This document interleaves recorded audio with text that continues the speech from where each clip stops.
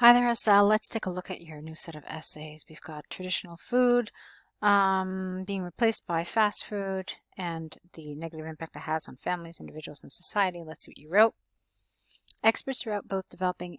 When you use world, you have to say the. When you say countries, you don't need a the.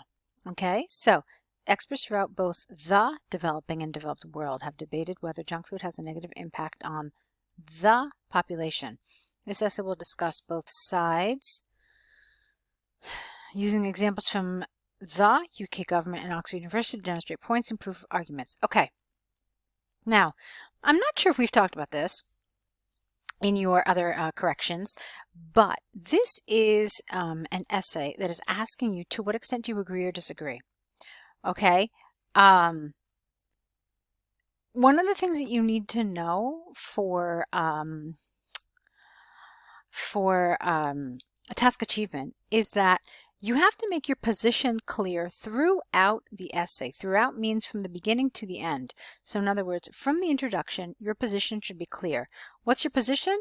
Your position is essentially your answer to this question. Okay? So it's very important in your introduction that you make the answer to this question clear. Okay? So you didn't have that in this introduction. So at this point, I don't know what your position is. Instead, I see this, that you're going to discuss both sides. Now, you can discuss both sides, but you don't need to, because you may completely agree with this statement, in which case you don't need to, and in fact, it would be considered incorrect to sit and discuss why you disagree. Okay? So, we need to talk a little bit about how to handle to what extent do you agree or disagree essays. You basically have a number of choices. You can either completely agree with the statement, you can completely disagree with the statement, or you can partially agree and partially disagree. In my personal opinion, I think that's usually the path that leads to a more richly developed essay. Okay, because it shows some real critical thinking. Just to give you an example of what I mean.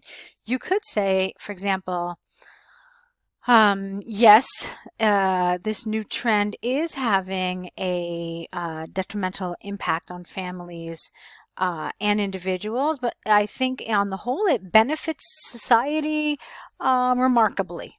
Okay, so then you could spend a paragraph talking about why it benefits society, and then another paragraph about why you think it's harmful for families and individuals. Okay, so that's one way you can do a partial agreement. All right, anyway, we spent a lot of time on that, so let's actually see what you wrote in your paragraphs. There is ample evidence that the consumption of fast food has inevitably drastic effect on individuals. All right, there's a problem here with your vocabulary and your grammar. Inevitably drastic effect on individuals. So this is the wrong words. Let's try it again. The consumption of fast food has a drastic effect on individuals. The central reason behind this is twofold. Firstly, the population is no longer as healthy as it used to be. Since the majority of nations consume less nutrient-dense products, it should be fewer, which results in, you can't say overweight, in obesity is the better word here, because overweight is an adjective. So, which results in obesity, mineral and vitamin deficiency, high cholesterol, and even depression. Secondly, it is seen that eating outside habits has a... What does that mean, eating outside habits? There's a different word you want for this expression, eating outside habits. Let's see. I would like to see it phrased differently. Has affected society. This is because families spend less quality time together during a dinner. For example, recent empirical research by the UK government demonstrated that obesity rates in, I can never say this word for some reason, megapolises has surged by 25% in recent decades, plural.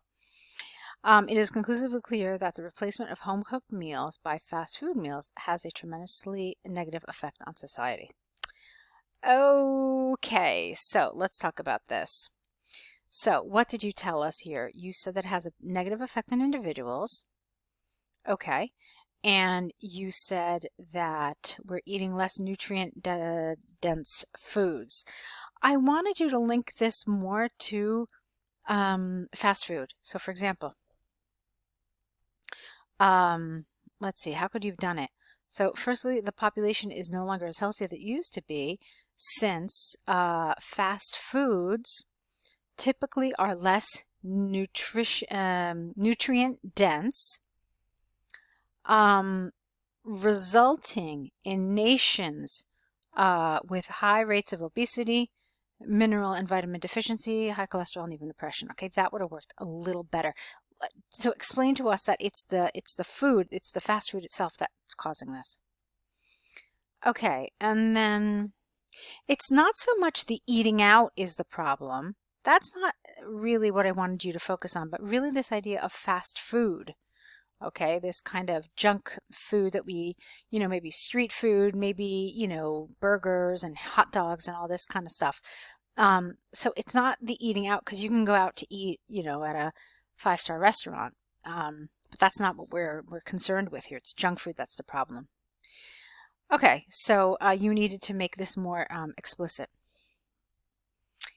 And then now you're talking about society. So here I'm a little confused. So, okay, look, you talk about individuals, then you talk about society, and then you kind of throw in the word family, and then you say society.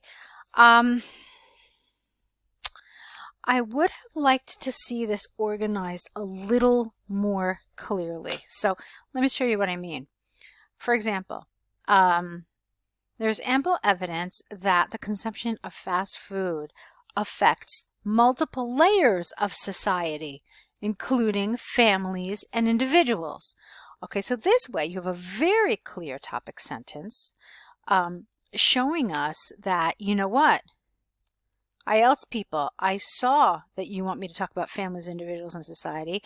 I understand that, and I'm showing you with my topic sentence that I'm going to cover all three in this paragraph. Okay, and then you need to kind of focus on them. So individuals are affected because, etc., etc., etc., etc. Okay, so make it really clear that you're putting out to us how each layer of society is being affected. Because the way it is here, it kind of felt a little, here, look at this. You talk about society, and then you start talking about families. So they're not interchangeable. All right. You needed to talk about families specifically, and not society. For society, I think you could have talked about something else. All right. Let's move on. Although there is a case for health and spending time with family, saving of time and money cannot be overstated. All right, I'm not entirely clear about what this sentence means. Now, I know that the template suggests using this kind of sentence, and I think it's a wonderful sentence, but it's really important that it's used correctly. So what are you supposed to do here? Basically, in the first part of the sentence, you're supposed to really just refer back to the main idea or something that you've said in the previous paragraph, okay? And then the second part of the sentence, you're going to introduce essentially an element of the new paragraph that you're starting. So let me just give you an example.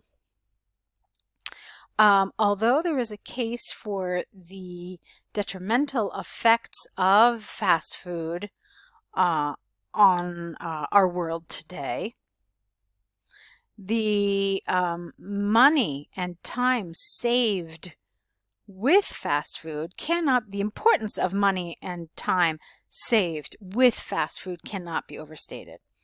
Okay, do you see how I did that a little differently? So that's how you need to approach this kind of a sentence. So this is because junk food is less expensive.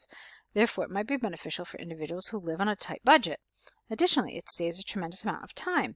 A recent study from Oxford University showed that the majority of the population, 57%, comma, prefer eating out rather than prepare food at home.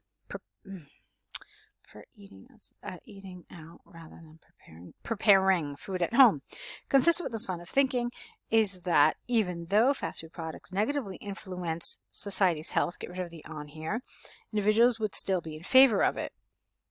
Okay, so here essentially what you're telling us is that individuals benefit from fast food, not society, not families. I didn't see anything about either of them here. So, from the arguments and examples given, I firmly believe that although there are some benefits of fast food products, it has unfavorably affected society. Get rid of the ON. It is predicted that the negative impact of fast food will increasingly grow if no measures are implemented here.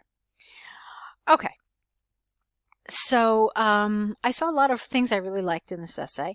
I know that I focused on some of the flaws, some of the negatives, but on the whole, I found that it read easily. So it had a nice flow to it. There were some grammatical mistakes, but I think they're easy grammatical mistakes to fix. There weren't any sections of text that I found incoherent or problematic in any way. So it was really a little bit about organization, and some task achievement stuff. Essentially, that's what I found needed some work here. I already told you that I don't... Actually, no, I take that back. It's not that I disagree with what you wrote. I actually thought what you wrote made a lot of sense, but you did need to prepare the reader for it in your introduction. So now that I've read your body paragraphs, for me, an appropriate sentence here, instead of saying this essay will discuss both sides, I would have had a sentence before that. You know what, let me read the whole thing again and I'll tell you how I'll put the sentence in. Experts throughout both the developing and developed world have debated whether junk food has a negative impact on the population. While on the whole, families and society may suffer from this new trend, I believe that many individuals can benefit. This essay will discuss both sides using examples, etc., etc. Okay, so that's essentially a synopsis of what you wrote in your body paragraphs. Okay, you kind of talked about individuals here a little bit, but really this whole paragraph was about individuals. So that's how I would do the introduction. Okay, all right, we spent a lot of time on your tasks too, so let's go to your task 1. You're apologizing to your friend. Okay, it looks kind of short, so I'm a little concerned. Let's see. I'm highlighting just what is counted in the word count. It's 111 words. Yes, I was right. It's really short. So automatically, that makes me think that this is going to be underdeveloped, and you probably needed to say more about some of these bullets than you did. So let's see what you wrote. Dear Tim, I am writing with regards to a trip to Tokyo. I was really excited to visit Tokyo with you during my next vacation. Unfortunately, I am unable to take a vacation in the month of March. Since the city is on lockdown, the company where I work has a high volume of calls from the clients. This was the reason why my manager kindly asked me to help them to train new staff and take vacation later in June. Would it be possible to postpone a trip? Instead of March, I would say June. I have not seen you for a long time and will be thrilled to meet you sincerely. Okay, so first of all, what's happened here, there are a few things happening here. The first thing is that you've misunderstood the task, okay? So there's some sort of misreading, some misunderstanding. So your response doesn't entirely relate to what they've asked you to talk about. So let me explain what happens here. So the scenario is this, that you recently took a trip to Tokyo, okay? And even though you were supposed to see Tim, you were so wrapped up with work that you didn't see him. So now in this letter, you're supposed to apologize to Tim, telling him, look, my friend, I'm sorry that I couldn't see you when I was in Tokyo, but I'm planning on going again next month, so hopefully we can meet up, have fun, go out, whatever. Okay, so that's what this needs to be about. Second of all, this is supposed to be an informal letter. This is your friend, but I thought that some of the expressions you used were formal. Like this, for example. We don't do this in an informal letter. I'm writing with regards to a trip to Tokyo. You want to have a friendly feel to it. So in an informal letter, we typically start with a greeting like, how are you? Or, it's been so long since I've seen you. I hope you're doing well. Or just, I hope you're doing well. Okay? I have seen some letters where some people get kind of kind of playful. Okay, so for example, I've seen some letters where people say, Dear Tim, I hope you're not still sore at me for not coming to visit you when I was in Tokyo last week. Please let me explain, and I'm sure you'll understand exactly the torture I went through on my business trip. Okay, so stuff like that is charming, and it shows definitely fluency and a nice informal language. Okay. So I was really excited to visit Tokyo with you. And now here you wrote during my next vacation. So this is wrong. You've already been to Tokyo. You just couldn't see Tim. Unfortunately, this is, again, it's wrong. You're not taking a vacation in March. You went for work, but you couldn't see Tim. Since the city is on lockdown, since my city is on lockdown, the company where I work has a high volume of calls from clients. Get rid of the. This was the reason why my manager asked me, get rid of kindly, to help train new staff. And again, we said that this wasn't appropriate. So, would it be possible to postpone a trip? Okay, and now grammatically this is wrong. So instead of March, could we go in June? That would be okay. I have not seen you for a long time and will be thrilled to meet you. Okay, that's fine. It's a little formal. So, like I said, there was a misunderstanding of this letter, and that's where you got into some problems. I think that if you had understood the letter, you probably would have written a lot more. So you were supposed to apologize for not being able to see your friend. Okay? So, I'm really sorry. I know we had plans last Thursday. You were going to show me, XYZ area of Tokyo, and I was looking forward to it, but I got wrapped up in work meetings, and then my boss insisted on taking me out to someplace, I don't know, for sushi or hibachi or whatever. Okay? So yeah, you apologize and then you give your reasons, you explain why this happened. And then you say, the good news is that I have another trip scheduled to Tokyo next month. This time my boss will not be with me, and so I am certain we will be able to meet up and you can show me all the things that you had planned to show me. All right, so that's really what you need to be doing here. Okay? And then, of course, don't forget some of the other conventions of informal letter writing. So a nice closing, like I'm really looking forward to seeing you next month. I can't wait. I'm sure we'll have a great time. And then sincerely, or your friend, or warm regards, or whatever, that's fine.